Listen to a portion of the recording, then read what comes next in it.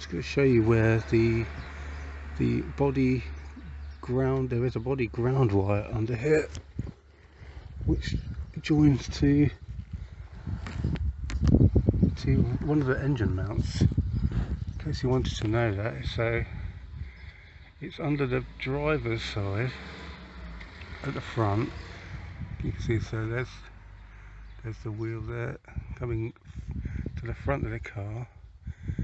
There's like a cross member there, and if I point to it there, that's one end of it, and if you follow that wire, it goes to that bit there, which is above one of the mounts there. You see it's there. It's not very long, it's quite a short piece of wire. If ever you need to find that to change it, it's there. But anyway, let's go back under the car here.